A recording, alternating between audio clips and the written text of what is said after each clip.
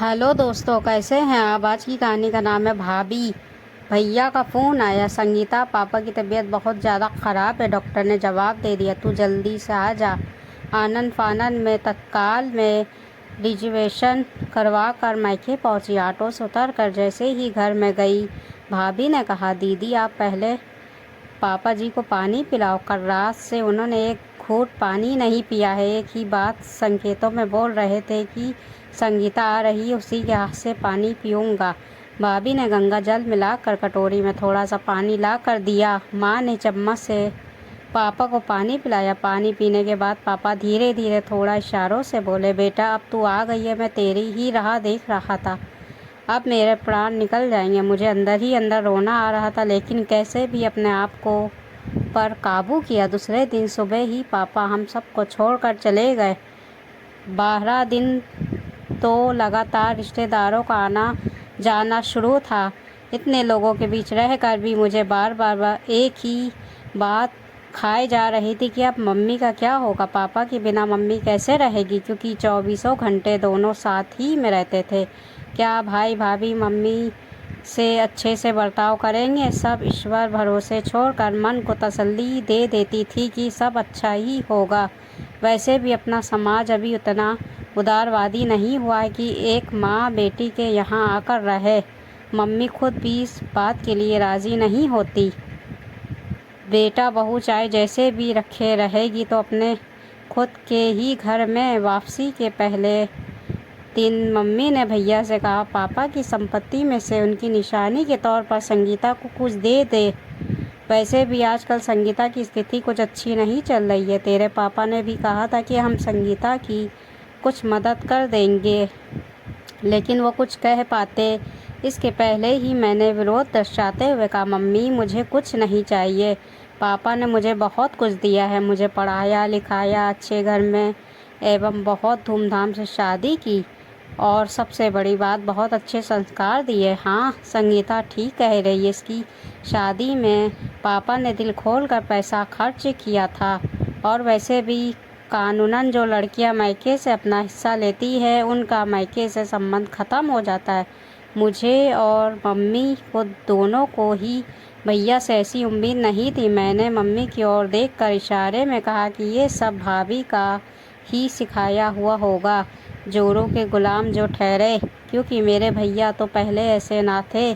वो तो मुझ पर जान लुटाते थे। इतने में ही भाभी, जो इतनी देर से चुपचाप सब सुन रही थी, अचानक बोल उठी, आपकी बात 16 आने सही है जी।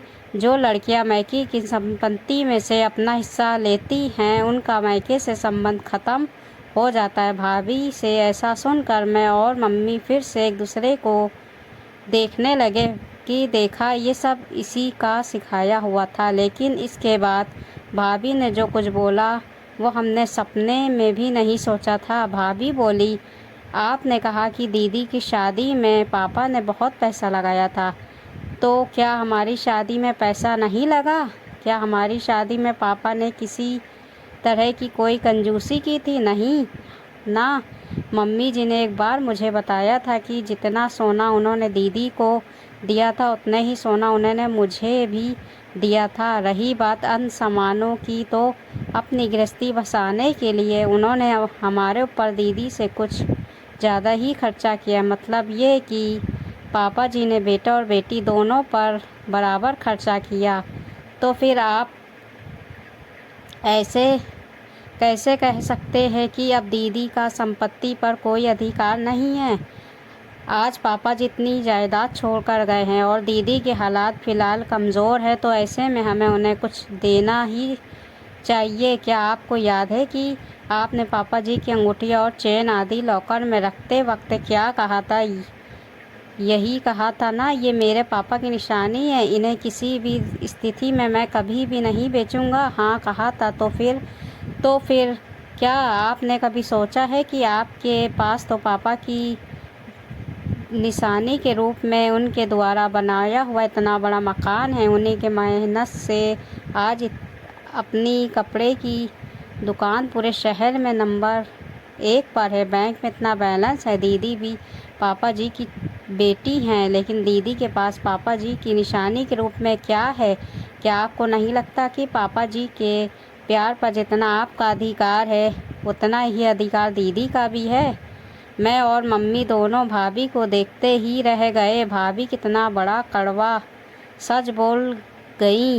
ये सब बातें जानता तो हर कोई है, लेकिन कोई भी भाई भाभी जानते समझते हुए भी इस बात की ओर से अपनी आंखें जानबूझकर बंद कर लेते हैं। हम ही नहीं, भैया को भी भाभी से ऐसी उम्मीद बिल्कुल नहीं थी। ये उनके चेहरे से साफ साफ दिखाई दे रहा था। भैया ने भाभी से कहा, गरिमा, आज तुमने मेरी आंखें खोल दी। मैंने तो समानता समाज से जो कुछ भी सुनता आ रहा हूँ वही दोहरा दिया। मैंने इस बारे में भी इस दृष्टिकोण से कभी सोचा ही नहीं। सच में मेरे पास तो पापा की निशानी के रूप में मकान और दुकान सब कुछ है, लेकिन संगीता के पास तो कुछ भी नहीं है। इसलिए मैं उसको पापा की अंगूठियाँ और चेन दे देता हूँ। मैं सोचने लगी, क्यों हम सब लोग भाई के किसी भी गलत बयान के लिए या गलत निर्णय के लिए भाभी को ही दोषी मानते हैं? भाई को जोड़ों का गुलाम कहते हैं। हर समय भाभी ही कसूरवार नहीं होती, भाई भी कसूरवार हो सकता है। दोस्तों, ये कहानी आपको कैसी लगी? अच्छी लगी हो तो लाइक सब्सक्राइब ज़रूर कर दिएगा।